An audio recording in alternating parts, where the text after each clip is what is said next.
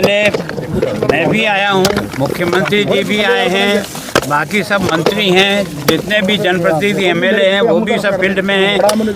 और मैं पिछले ये तीसरा दिन मेरा चल रहा है, तो मेरे हिसाब से भाई रोड भी निकले इसलिए कि ज़्यादा से ज़्यादा देखा जा सके, आँख से लोगों से मिला जा सके। मैंने जो कुछ भी अभी तक देखा है, मैं ये चौथे ज़िले में एंटर कर रहा हूँ।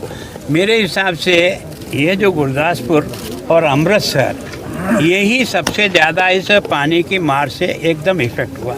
वैसे तो नीचे सतलज वालों को भी है, क्योंकि पानी की क्षमता जितनी वहाँ है तो 2.5 लाख क्यूसेक जो है ना, एक तरह से भाखड़ा से भी छोड़ा है, पोंग का भी चल रहा है। लेकिन सबसे ज़्यादा आपकी सिरावी में, क्योंकि ये बंधे टूटने के कारण से जो कभी सोचा नहीं था कि इतना पानी बह के आएगा, तो ज़्यादा से ज़्यादा 98 में आया, 98 में आया।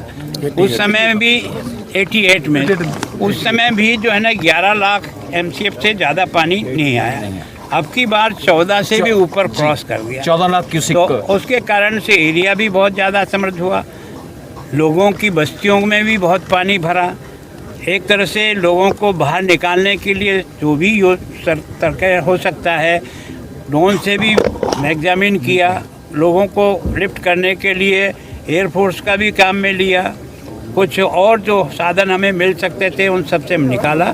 भगवान की शुक्र है और आप सब लोगों के भी भगवान में आस्था है कि मानव डेथ जो है ना, वो इस सारे के सारे 12 ज़िले में इतना अधिक फ्लड होने के बाद भी अभी तक 36 कैजुअल्टी लिस्ट पर आई है। हो सकता है कुछ अभी नहीं आई होगी, और पशुधन को भी भारी नुकसान हुआ है। लेकिन ये सब देखने के बाद एक बार तो तुरंत इनकी जो है व्यवस्था, ताकि इनको भोजन, पानी, राशन, दवाई, इनके जानवरों को चारा, इनको बाकी सब चीज़ें मिले। मुझे बहुत प्रसन्नता है कि ये पंजाब मैंने पहली बार देखा कि जनता की तरफ से भी जितना सहयोग यहाँ हो रहा है, उतना मैंने जन इन्वॉल्वमेंट पहले मेरे किसी स्टेट में नहीं देखा। मैं जिस रास्ते से भी गुजर रहा हूँ, लोग जो है ना ट्रैक्टर सामान भर कर के और डिस्ट्रीब्यूट करने के लिए अपने बूथे पर जा रहे हैं। प्रशासन भी मुस्तैदी से काम कर रहा है। नुकसान का जो हिसाब किताब है वो तो पानी उतरने के बाद ही सही उसका आकलन होगा, और उस आकलन के लिए मैंने गृह मंत्री जी से स्वयं से बात की है जी, प्रधानमंत्री जी ने स्वयं मुख्यमंत्री से बात की है, अभी शिवराज सिंह जी की मेरी बात हुई है, वो भी कल आकर के इधर का सारा देख के जाएंगे। और किसान को जो फसल का नुकसान हुआ, मकान का नुकसान हुआ, जानवर का नुकसान हुआ, और भी जो है उसमें ज़्यादा से ज़्यादा कैसे केंद्र की सरकार हमारी मदद करे, ये यहाँ से रिपोर्ट जाने के बाद उनकी टीम भी यहाँ आएगी, सर्वे करेगी, और वो सब मिला कर के अधिक से अधिक जो कुछ दिया जा सकता है वो निश्चित रूप से देंगे।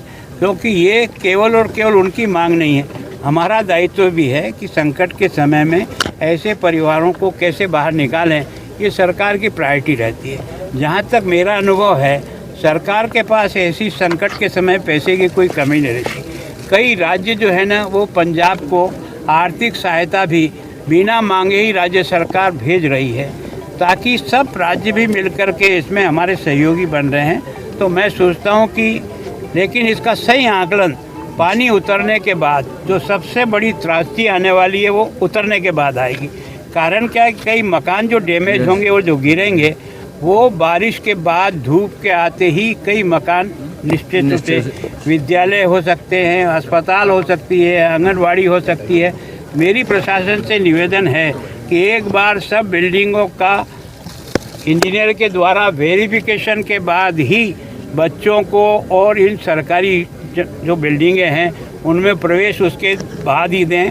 जैसे पंजाब सरकार ने 7 तारीख तक छुट्टियां डिक्लेयर कर दी, हम भी चाहते हैं कि पहला वेरीफाई हो जाए, उसके बाद बिल्डिंग में प्रवेश करे तो नुकसान जनहानि नहीं होगी। पंजाब में 10 दिन हो गए, अभी तक कोई राहत पैकेज की बात नहीं हुई और कोई साथ लेने सेंटर से नहीं है। ऐसा कभी नहीं। एक सेकंड ठहरो यार, मैं भी 40 साल राजनीति में रहा हूँ। हर सरकार के पास आपदा राहत कोष का जो सालाना बजट होता है वो राज्य सरकार के खाते में, चाहे आपदा आए चाहे नहीं आए, उनके खाते में डाल दी जाती है।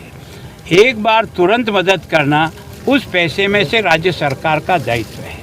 उसके बाद का नुकसान का कैलकुलेशन करने के बाद केंद्र सरकार केवल और केवल पंजाब को ही नहीं, देश के हर राज्य को अधिक से अधिक जितनी मदद हो सकती है उतनी मदद करती है। ये मन में कोई शंका नहीं रखनी चाहिए कि पंजाब क्योंकि दूसरी सरकार है और वहाँ कोई सरकारें भले ही बदल जाती है पर इंसान नहीं बदलता। पर सीएम तो कह रहे भी पंजाब को शेष पैकेज जो हमारा बकाया दर देखो, ऐसा है कि मैं भी कह दूं कि 10 लाख करोड़ रुपया चाहिए, पर एनालिसिस करने के बाद जो वाजिब बनेगा देंगे। मांगना हमारा अधिकार है। आपसे भी अगर हम कभी पूछेंगे तो 1 से 4 बताओगे, नहीं बताओगे। राम धर्म से बात बोलना है, सच बात।